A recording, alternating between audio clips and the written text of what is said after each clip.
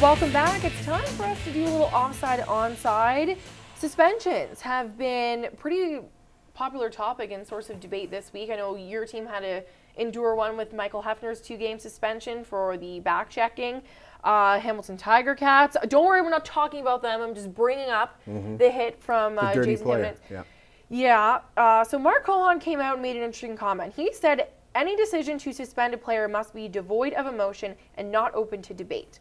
The topic for us today on Offside Onside is suspensions are controversial and often detrimental to the athletes and the teams involved. That being said, decision-making bodies and persons, existing CBAs and review committees should always consider the intent of the act, not just the questionable behavior. Well, that Jimenez hit was ugly. Not only had the whistle gone, but he hit him from behind, kind of from the side. He wasn't even looking. Okay, yeah, it was a weird Like, hit. the only reason the CFL doesn't suspend anybody anymore, and you can thank the Edmonton Eskimos for this one too, is a couple of years back when AJ Gass got suspended for ripping that helmet off and kicking the guy in the groin or whatever he did, and he appealed it, right?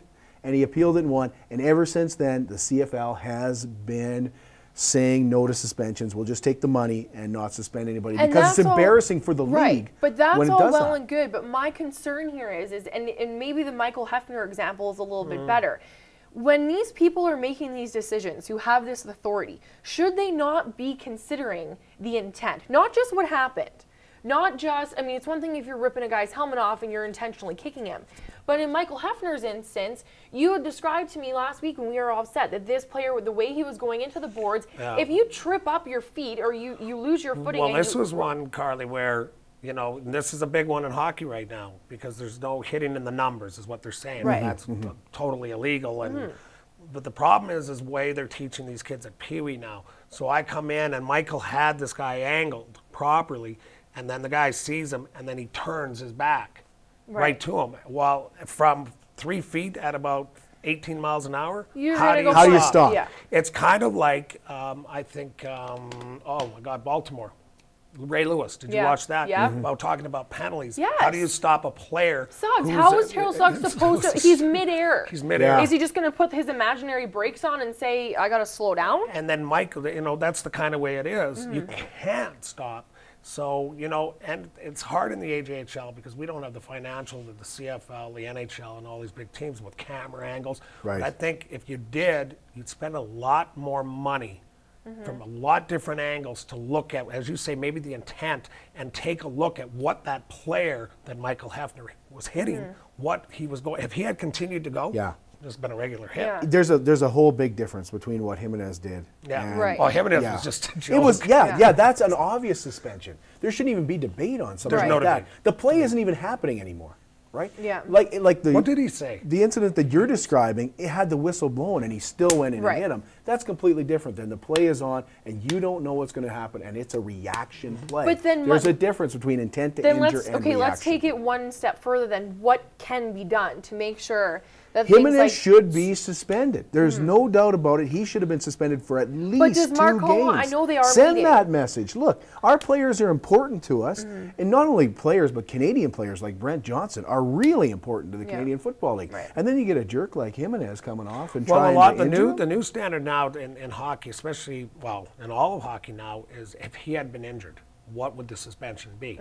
Example would have Michael Hefner would have hit that kid and that kid would have broken his jaw. Right.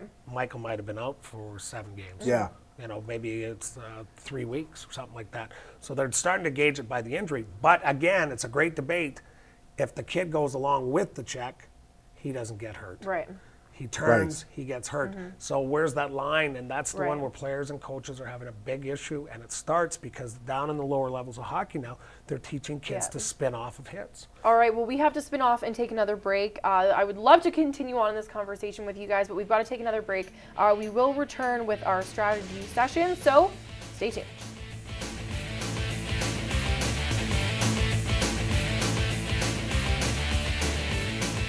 Welcome back. It's time now for a little extra frame. A young lady named Kelly Blatchford from the Rustlers women's volleyball team stepped up and took a stab at my job. Here's how Kelly did. Lloydminster Bobcats were coming off a 3-2 shootout victory over the Bonnyville Pontiacs on Saturday and were looking to win their third straight in as many nights as they were at home to host the Drayton Valley Thunder team.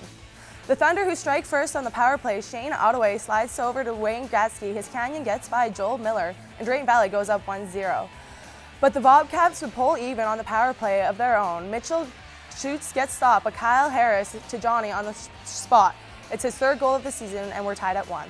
In the second, Lloyd looking to pull ahead. Corey lets shot go, but Joseph gets enough to keep it out. Now for a little rough stuff. Brett gets checked from behind by James, and Bryce Sowers is not impressed. The gloves drop, and Chaumont gives Sowers the edge in this one. I think it will too. Now that would give the Bobcats a spark. Kyle Bowman finds Steve, but Dobbin will put it just to the side. In the third, the Cats are shot-handed, and Kevin starts from behind his net, avoids a couple sticks, walks through the entire Thunder, but is unable to beat that guy. We will skip all the way to overtime, and in Jeremy walks and goes upstairs on Quattrocchi. Bobcats start the season to 3-0 as they get by the Drayton Valley 2-1. She did all right. Now, the only thing is I thought I might have heard the name Wayne Gretzky in there, and he's not playing for Drayton Valley. And I know she probably heard it now herself. You did a great job. Yeah. You really did a Awesome. good job. Awesome. She did. Kelly. But Wayne's not playing there. No. So nobody show up and expect to see Wayne Gretzky. But who you can expect to see on Friday is the third-ranked Lloydminster Bobcats playing against a team that you've yet to play so far this season, the Brooks Bandits, at the AJHL Showcase on Friday. What are you expecting out of this game? Well, I mean, there's some history there. Just a little. I was going to let you bring that As up. far as players go, Brian, they're pretty much all moved along, though, aren't they? Yeah, they've all pretty well moved along. I think what the hard one's going to be is probably Kevin Deagle and Steve Dobbin. Right.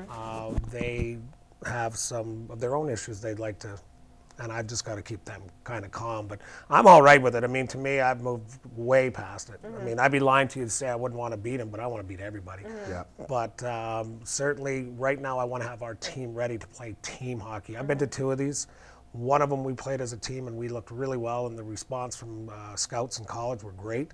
The next time around we played like a bunch of individuals and we didn't get anyone talked to. Yeah. And you got to play Spruce Grove again.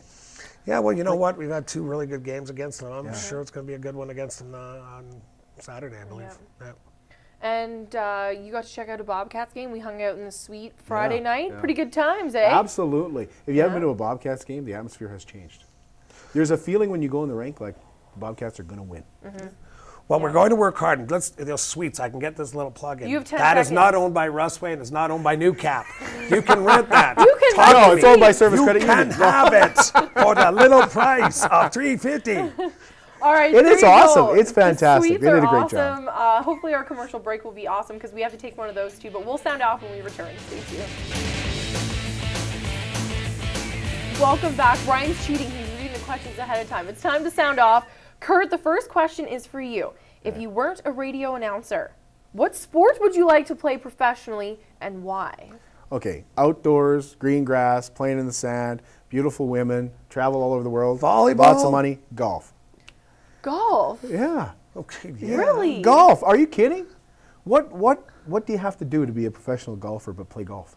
It's awesome. Yeah. I would do it. All right. Tons of okay. money. I was Easy going to peasy. be a tennis player, pro.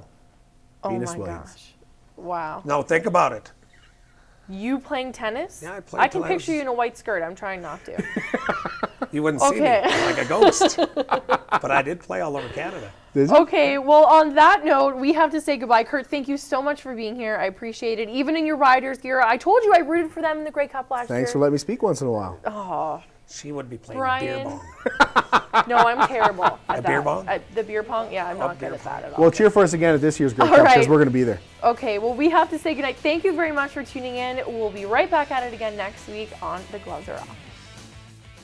The Gloves Are Off is proudly presented by Sabre Communications Lloydminster, your SaskTel authorized dealer.